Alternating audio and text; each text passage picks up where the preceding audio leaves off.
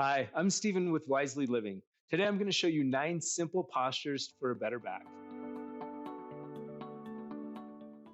In my previous video, it was more for severe back pain, and the class was primarily done in a seated part of a chair. If you're having severe back pain, go check out that video. Otherwise, we're going to get into stuff really just to build that health of your back. All you really need is a mat. So grab your mat, roll it out, and let's come on down to the ground. So as an advanced yogi, I found that when I do have a flare up, I broke T7, T8, and T9, so the thoracic part of my spine. And I just can't do an advanced practice when I'm in that kind of pain. So these simple movements are going to be ways to not just kind of mitigate some of that if you already do have some stiffness, pain, soreness, things like that, but also it's going to give you a chance to build the strength so that those things can't persist any longer. And one of the things I want to focus on today is that aspect of strengthening as opposed to lengthening, as well as making sure that we get all 6 ranges of motion of the spine: forward, back, side to side, and then those twists from either direction. And this, what this is really going to do is help balance the body and bring about proper spinal health. As we're moving through these different ranges of motion, if you find that anything is starting to aggravate your back or just make that pain worse, we always recommend that you back out of that until you feel more like comfortably challenged. So you're still feeling a nice stretch, but you're not pushing yourself to a point of pain. All right, we're going to start by coming to hands and knees. So go ahead. And posture is important regardless of whether you're standing, sitting, or just kneeling down. So we're going to make sure that the shoulders are over the wrists, the hips are over the knees, and the knees are hips distance apart here. And the thing about cat and cow that often happens is people race between the postures, but you really need to take the time and let the stretch happen before you begin that transition. So let's start nice and slow. I want you to breathe into your belly. And as you do, start to rock your pelvis forward. You're tilting that tailbone up. And then you're going to draw your gaze up, about to where the ceiling meets the wall, wherever you can comfortably look up. That's really going to help increase that stretch in your low back. And then we're going to make that slow transition. So you're going to start to tuck your tailbone under. You're beginning to round your spine. You're pulling that navel up tight. And lastly, you're going to draw your chin into your chest. Taking a few moments here. And then we're just going to gently guide back and forth, inhaling into cow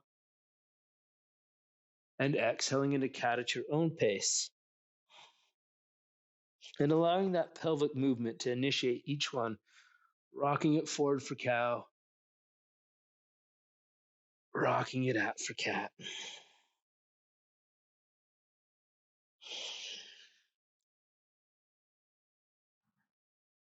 Let's go ahead and take that one more time each direction.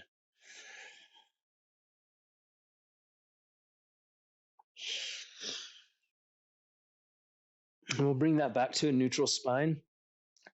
The next posture we're going to come into is just a little side step. It's a great little hip stretch. So we're going to start by lifting the right leg up.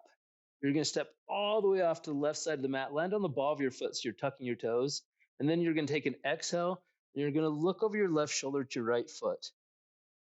This is much more powerful than it appears. This is a nice stretch. But again, you can just whatever feels best in your body. If you need to step it in a little, step it in a little. And we're going to bring that back into table pose. We're going to switch sides. Left leg rises, step to the right, exhale as you turn.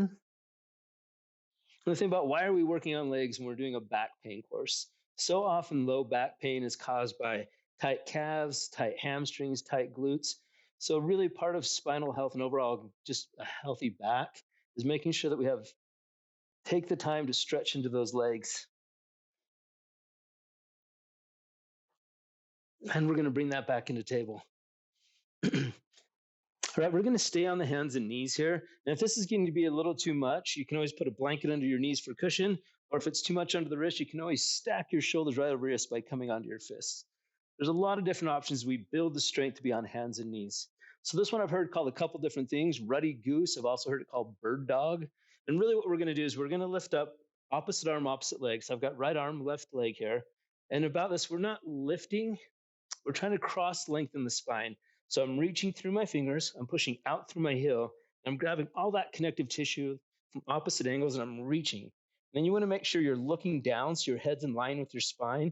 So keep reaching out through those fingers and pushing out through the heel. Let's go ahead and release. We're going to switch sides. It's going to be inhale up, left arm, right leg. And again, we're reaching long through the fingers. We're pushing out through the heel. Make sure and stay with your breath, slow and steady, in and out of the nose.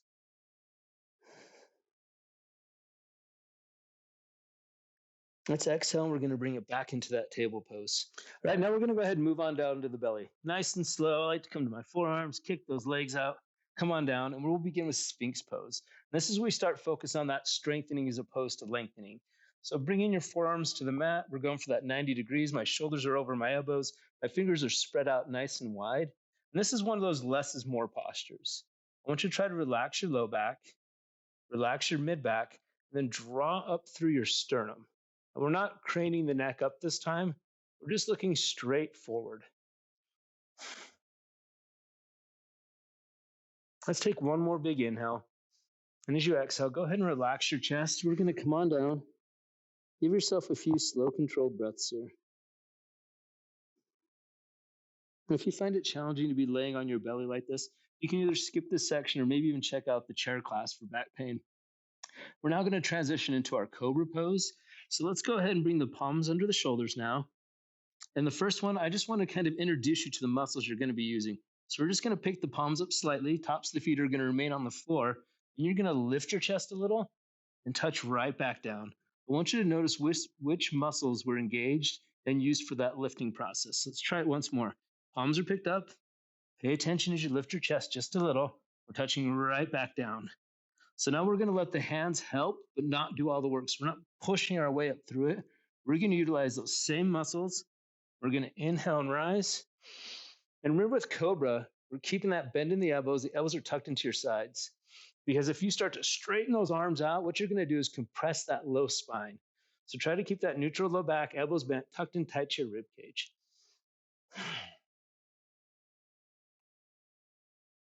And exhale down. Inhale, we're going to rise right back up. Elbows bent, tucked into your side. Let's exhale and slowly touch back down.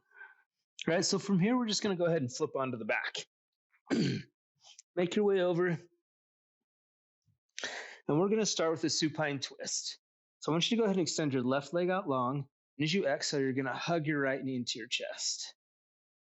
And much like Sphinx, this is one of those less is more postures. The more you can relax the hamstring, the more you can relax the glutes, the deeper your knee is going to get towards your chest. And that's where you're going to get that subtle, really deep stretch. So try to relax in. Each time you exhale, draw your knee just a little closer to your chest. And then we're going to open that up to a spinal twist. Let your right arm come straight off to your side. You're going to move your left hand to the outside of your knee.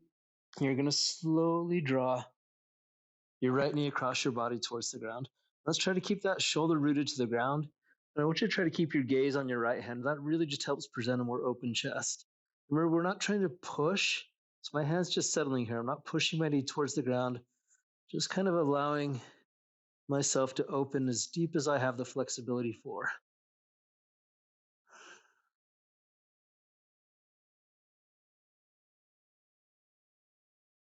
All right, go ahead and bring that back to the center. And let's switch it up. Left foot up, right leg long. Exhale as you draw your left knee into your chest. Relax and release, drawing it just a little deeper.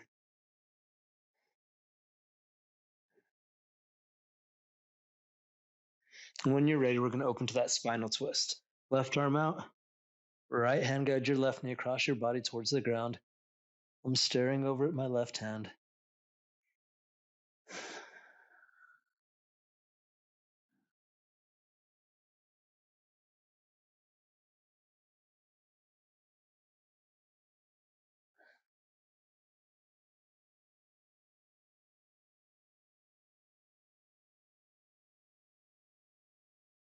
Let's bring that on back to center.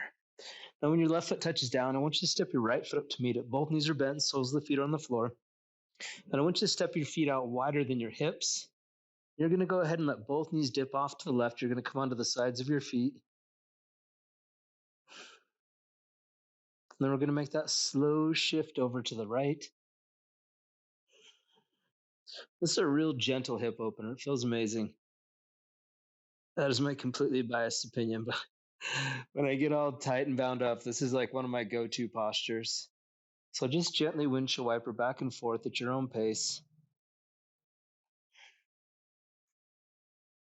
I just had a nice little hip pop there. I don't know if the microphone picked that up, but it felt good.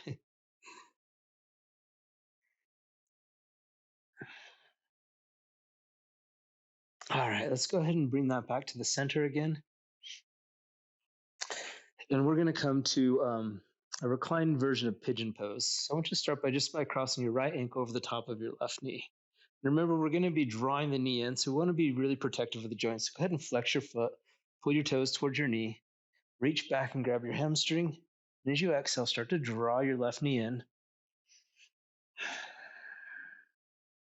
And if you'd like to add a little more depth, you can just use the muscles of your leg to send your right knee forward. And that's really going to be a nice hip opener for you. But I can't say this enough. Making sure to always honor your body, not pushing past your comfort level. And that means sometimes not waiting for me to say release. You take it to where you need to go. And when you're ready to let go, let go. Now, let go. Let's go ahead and switch sides. We're going to cross that left ankle over your right knee, reaching back for your right leg. Exhale as your knee draws in. And try to settle in.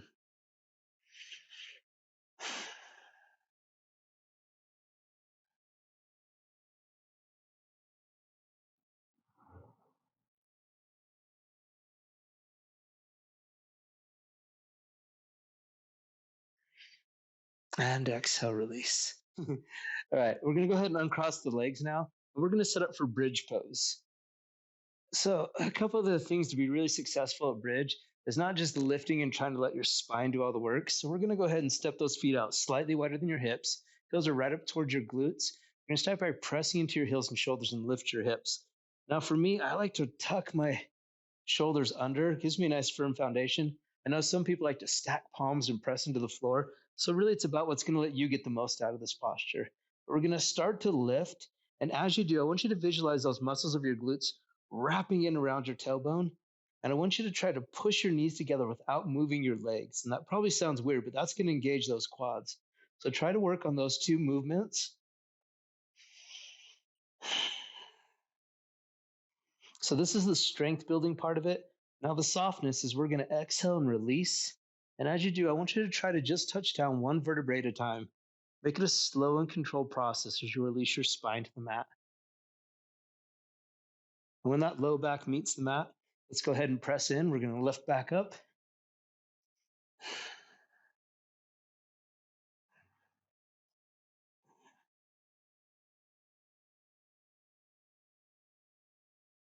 And then we're going to exhale, ease on down.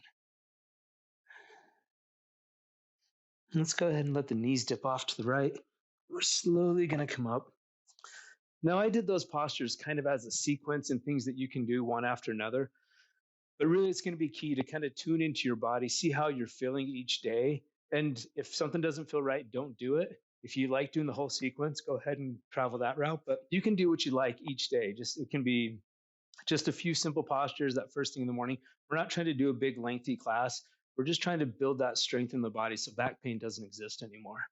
So honestly, I'm very passionate about this having broken my back. So much so I did actually create a course. You want to drop by wiselyliving.media. It goes into not just this routine, but many other routines that are actually really good for building strength and also alleviating pain.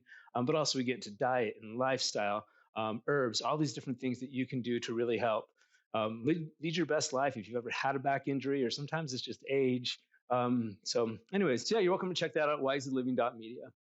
Coming up next, I do have a one prop class for back pain. It's just going to be a large bolster. So go ahead and check that out. If you like this video, please like and subscribe.